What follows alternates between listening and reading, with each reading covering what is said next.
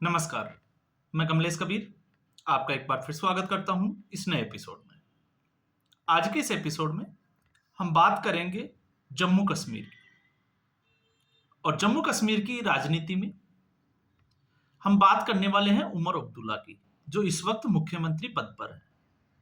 लेकिन उससे पहले हम बात करेंगे उस मंच की, जिस मंच के ऊपर उमर अब्दुल्ला आए थे। हालांकि ये 6 दिन या 7 दिन पुरानी बात है। अचानक से ये वीडियो सामने आया, मुझे लगा कि इस वीडियो को सुनना चाहिए। क्यों सुनना चाहिए? क्योंकि जम्मू कश्मीर में क्या चल रहा है, हम हर प्रदेश की राजनीति की बात करते हैं, लेकिन इस वक्त जम्मू कश्मीर की राजनीति क्या चल रही है। तो इसमें सबसे पहले मैं बता दूं, यह मंच था रेड माइक का। रेड माइक न्यूज चैनल, जिसको बनाया किसने, क्रिएट किसने किया, इजाद किसने किया, तो वो थे संकेत उपाध्याय, सुनील सैनी और एक और व्यक्ति थे सौरभ शुक्ला। ये तीनों पहले एनडीटीवी में थे, लेकिन एनडीटीवी इन्होंने छोड़ दिया। तो ये हम कह सकते हैं कि रवीश कुमार के चेले हैं। और जब आप इनके चैनल को देखोगे तो पूरे के पूरे जो है वो वामपंथी है। हालांकि एनडीटीवी जब रवीश कुमार हुआ करते थे तो रवीश कुमार के प्रभाव में पूरा ही वामपंथी हो गया था, जिसमें सुबह से शाम तक सिर्फ और सिर्फ जो है वो नरेंद्र मोदी में क्या कमियां है उसी के ऊपर चर्चा रहती थी। तो अब आजकल आपने देखा होगा पॉडकास्ट का समय चल रहा है, और जिस तरीके से हम पॉडकास्ट देखते हैं तो पॉडकास्ट दो धाराओं में बटा हुआ है। एक दलाल मीडिया, जिसको मैं कहता हूं हमेशा, और दूसरा जो प्रो बीजेपी की तरफ जिनका झुकाव होता है वो वाला मीडिया। तो इनका पॉडकास्ट करने का भी तरीका यही है कि ये लोग जो है वो अपने अगर वो प्रो बीजेपी है या प्रो कांग्रेस वाले या दूसरे वामपंथी लेफ्टिस्ट विचारधारा से है, तो वो अपने अपने तरीके से ही जो है वो अपना काम निकालने की कोशिश करते हैं। तो मुझे लगता है शायद उमर अब्दुल्ला को इसीलिए बुलाया होगा। लेकिन उसमें जब दर्शक दीर्घा में ध्यान जाता है तो वहां पर आम आदमी पार्टी के सांसद संजय सिंह भी वहीं बैठे होते हैं। अब आम आदमी पार्टी की एक सीट है जम्मू कश्मीर की विधानसभा में, और जम्मू कश्मीर में अभी आम आदमी पार्टी की जो है वो झड़प हुई है उसी जिस विधायक की मैं बात कर रहा हूं उसकी, उमर अब्दुल्ला के साथ में। तो संजय सिंह भी वहां थे, और केसी त्यागी जो जेडीयू से आते हैं, बड़े जिसको हम कहते हैं कि सीनियर नेता है वो। और अनुभव तो आप समझ ही सकते हैं कि केसी त्यागी का किस तरीके से है, क्योंकि वो मीडिया डिबेट्स वगैरह में वो आते रहते हैं। तो लगातार जो है वो ये सब्जेक्ट इसलिए चुना गया क्योंकि वो जम्मू कश्मीर से हैं। जम्मू कश्मीर में धारा 370 हटी है, और एक बड़े मजे की बात ये थी कि धारा 370 हटने के बाद में जब पहली बार चुनाव हुआ तो वहां पर इंडिया अलायंस की सरकार बनी। कहने को इंडिया अलायंस है तो सरकार बनी, तो ये भी एक जो है वो हो सकता है इसी वजह से उमर अब्दुल्ला को बुलाया हो। लेकिन अब हम आते हैं इसमें मुद्दे पे। उमर अब्दुल्ला ने जिस बेबाकी के साथ में सवालों का जवाब दिया, उसको देख के आप दंग रह जाओगे। मैं किसी में ऐसे नहीं करता कि आप जो है वो उस चैनल का नाम लेना जो है वो बुराई है। मैं आपको बता रहा हूं रेड माइक के, आप उस शो को जरूर देखिएगा। उमर अब्दुल्ला का लगभग जो है वो 1.25 घंटे के 1 घंटे 17 मिनट का जो है वो पूरा प्रोग्राम है। आप उसको अच्छे से देखें तो आपको समझ में आएगा कि इस देश की राजनीति में चल क्या रहा है। अब इससे मैं ये नहीं कहूंगा कि उसके व्यूवर्स बढ़ रहे हैं या नहीं बढ़ रहे हैं, क्योंकि उससे कोई फर्क नहीं पड़ता। बात यह है कि विश्लेषण जो है वो आप तक सही पहुंचना चाहिए। तो उमर अब्दुल्ला की आप देखोगे शुरू शुरू में संजय सिंह बड़े खुश नजर आते हैं, क्योंकि संजय सिंह इंडिया अलायंस का हिस्सा है। लेकिन ऐसी स्थिति में जिस तरीके से उमर अब्दुल्ला ने जवाब दिए तो संजय सिंह को सोचने पे जरूर मजबूर कर दिया। और आप देखोगे कि आधे 1 घंटे बाद संजय सिंह मायूस भी नजर आते हैं। अब उसकी बड़ी वजह क्या है, हम उसको ढूंढते हैं इसमें। इसमें जिस तरीके से लगातार विपक्ष जो है वो एक मुद्दा उठाता है कि मशीनों का जो है वो चोरी हो गई। मशीनों का मतलब, अब मैं आप समझ गए होंगे मैं इशारा कहां कर रहा हूं, कि चुनाव आयोग ने मैनिपुलेट कर दिया। अब ऐसी स्थिति में यही क्वेश्चन जो है वो आप देखोगे तो संकेत उपाध्याय ने उमर अब्दुल्ला से पूछा। तो आप उनका जो है वो जवाब सुनिएगा। इसमें उनका जवाब यह था कि मैं 3 बार का सांसद रहा हूं और 3 बार का एमएलए रहा हूं, 3 बार विधायक रहा हूं, और जब 2014 से पहले उनकी सरकार थी, एक साथ 2 सीटों पे चुनाव लड़ने का मैंने फैसला किया। 1 सीट में हार गया और 1 सीट में जीत गया। तो आज तक मैंने हार के बाद में जो है वो कभी भी मशीनों को ऊपर चोरी का इल्जाम नहीं लगाया। अब आप सोचिए कि विपक्ष के गठबंधन के अगर कोई चीफ मिनिस्टर ये कहता है हारने के बाद में कि मैंने कभी चोरी का इल्जाम नहीं लगाया, क्यों? क्योंकि अगर आपसे जनता नाराज है तो वो आपको वोट नहीं देगी, अगर आपने जनता के लिए काम किया है तो वो आपको वोट देगी। तो इशारा जो है वो अब आप समझ गए होंगे। दिल्ली विधानसभा चुनाव में अगर अरविंद केजरीवाल ने काम किया होता तो अरविंद केजरीवाल को जनता वोट देती। अब जब हम मशीनों वाली बात पे आते हैं, तो इससे पहले मैंने एक वीडियो में बात की थी, विपक्ष की अभी बड़ी समस्या है, और विपक्ष में समस्या विपक्ष की पार्टियों की नहीं है, कांग्रेस पार्टी की देन है। क्योंकि कांग्रेस पार्टी आज भी ये सोचती है कि 2000 से पहले जिस तरीके से चुनाव जीते जाते थे वैसे ही अब जो है वो दौर चल रहा है, लेकिन वो दौर चल नहीं रहा क्योंकि 2014 के बाद में बदलाव आया है। लेकिन इसमें एक चीज और हो गई, राहुल गांधी की नाकामी को छुपाने के लिए सिर्फ और सिर्फ आप कांग्रेस पार्टी की हद की सीमा जिसको कहते हैं कि ना, एक हद तक जो होती है वो ये है कि राहुल गांधी को डिफेंड करने के लिए वो तमाम तरीके के जो है वो आरोप दूसरों के ऊपर लगा सकते हैं। बस राहुल गांधी को किस तरीके से बचाव किया जाए। चुनाव हार गए, ईवीएम को दोष दे दिया, 44 से 99 हो गए, जो लगातार तीसरी बार कंज्यूकेटिव अगर आप देखोगे तो कांग्रेस पार्टी की सबसे कम सीटें थी, लेकिन उसका भी कांग्रेस पार्टी क्रेडिट दे रही है। तो आप समझ सकते हो कि कांग्रेस पार्टी की लिमिट कहां तक आ गई। अब ऐसी स्थिति में जब ये कहते हैं कि सरकार जो है वो सत्ता पक्ष वो हमेशा मशीनों का या सरकारी जो उपक्रम है उनका इस्तेमाल करता है, तो हरियाणा में आरोप लगा, क्यों? हरियाणा में कांग्रेस पार्टी हार गई। अब हरियाणा में आप कह सकते हो कि भारतीय जनता पार्टी की सरकार थी, तो फिर इसमें सवाल यही खड़ा हो जाता है कि जम्मू कश्मीर में तो कोई भी सरकार नहीं थी, और भारतीय जनता पार्टी तो चाहेगी कि धारा 370 हटने के बाद में भारतीय जनता पार्टी की वहां सरकार बने और दुनिया को यह मैसेज दे कि जम्मू कश्मीर की आवाम जो है वो खुश है, इसलिए भारतीय जनता पार्टी को वोट दिया। तो फिर घाटी में भारतीय जनता पार्टी की सीटें क्यों नहीं आई?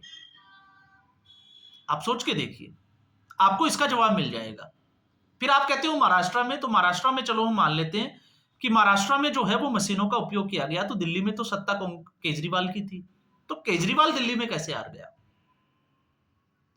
तो यही एक वजह है कि जिस तरीके से उमर अब्दुल्ला ने विपक्ष की पोल खोली है, इसमें उल्टा संकेत उपाध्याय की समस्या को बढ़ा दिया कि उमर अब्दुल्ला ने विपक्ष के ऊपर ही हमला कर दिया जिस तरीके से। इसके अलावा जो क्वेश्चन किया गया, मैं उस पर भी आता हूं। इसके अलावा क्वेश्चन किया गया 370 का, कि आपने जो है वो वादा किया था कि जनता के साथ कि वो सत्ता में आएंगे 370, तो उन्होंने कहा कि मैंने वादा नहीं किया था, और ऐसा अभी जो है वो पॉसिबल नजर नहीं आता है, क्योंकि सुप्रीम कोर्ट ने भी जो है वो 370 को हटाना उसको वाजिब समझा है। तो जब तक भारतीय जनता पार्टी है तब तक तो वो सोच भी नहीं सकते। लेकिन इसमें एक चीज अब साथ में जो जोड़ी गई कि जिस तरीके से इस वक्त जो है वो आपने देखा होगा, उमर अब्दुल्ला और नरेंद्र मोदी प्रधानमंत्री एक मंच भी शेयर करते हैं और एक दूसरे के बारे में बोलते हुए भी नजर आते हैं। तो इसका जो जवाब था उमर अब्दुल्ला का, वो वाकई में जो है वो सोचने के लायक है, और उस पे जो है वो हमें थोड़ा ध्यान देने की जरूरत है। क्योंकि विपक्ष में जब संजय सिंह यहां पर मौजूद है, तो इस वक्त जो है वो चुनाव हुए हैं दिल्ली के अरविंद केजरीवाल के।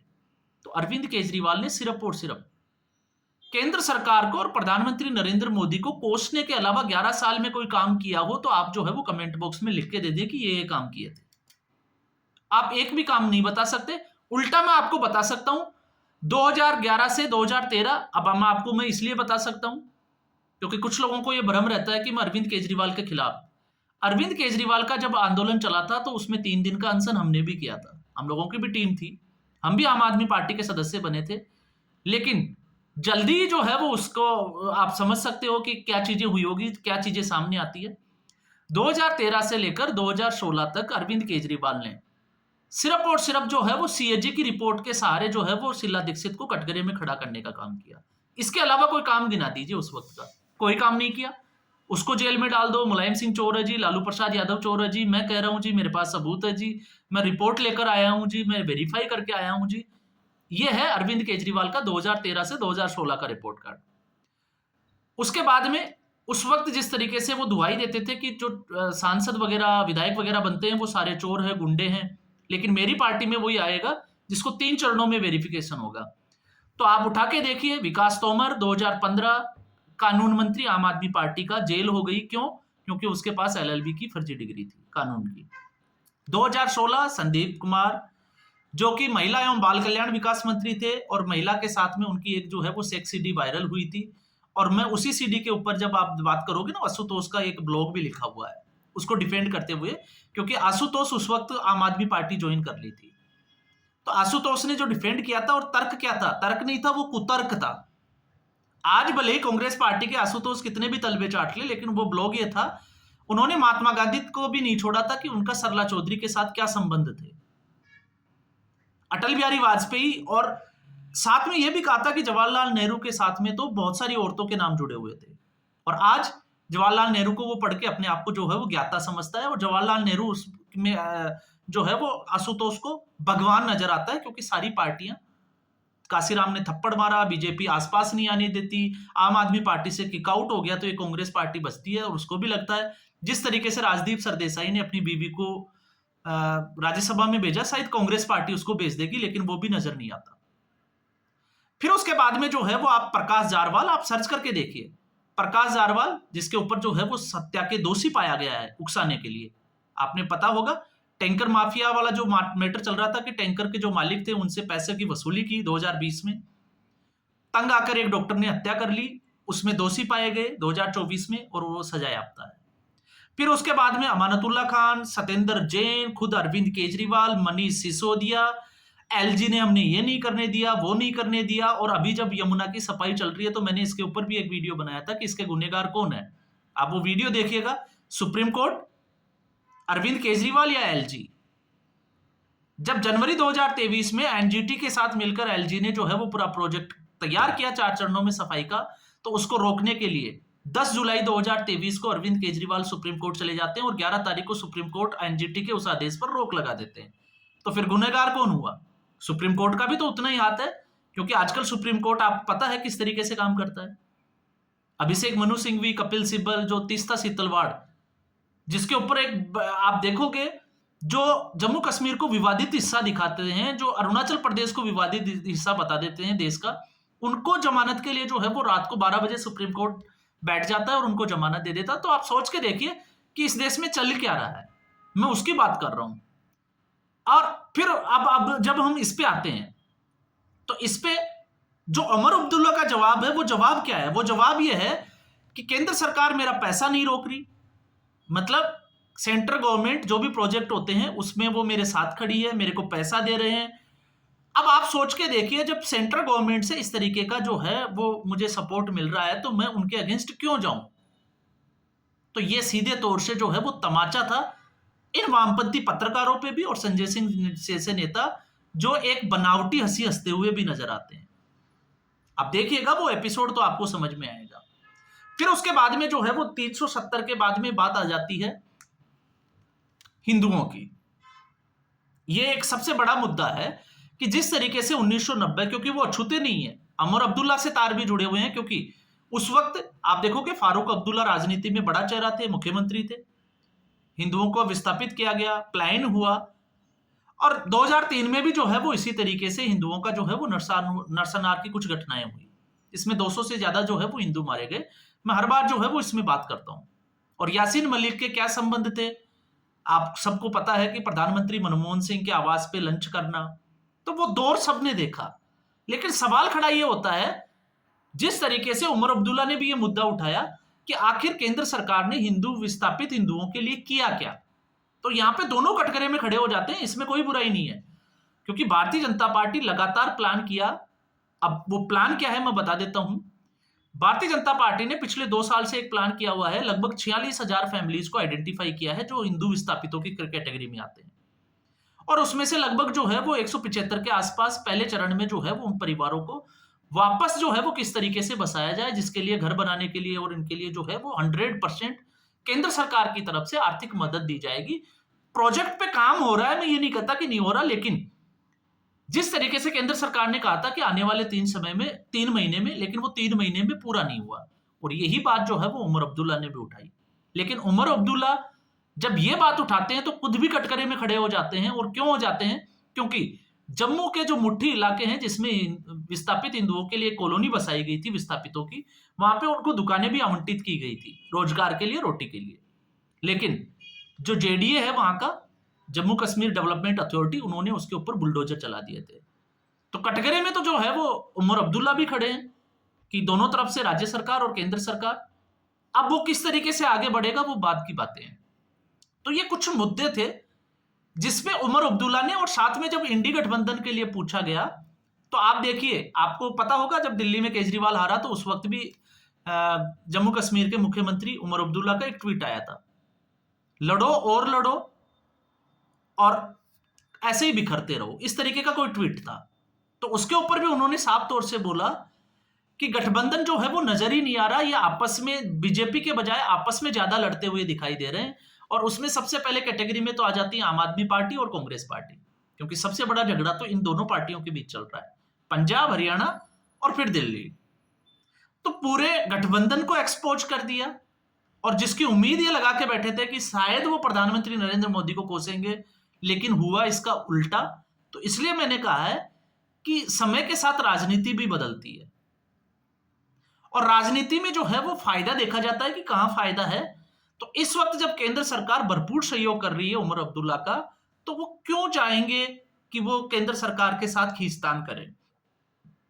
वही बातें जो है वो मैं आपको इसमें बताने की कोशिश कर रहा था। तो अब आप समझ गए होंगे कि मेरा वीडियो बनाने का कारण क्या था, और मैं उम्मीद करूंगा आप वो वीडियो को देखें। तो आज के एपिसोड में बस इतना ही। उम्मीद करूंगा वीडियो एपिसोड आपको पसंद आया होगा। वीडियो को लाइक करें, शेयर करें, चैनल जरूर सब्सक्राइब करें। धन्यवाद।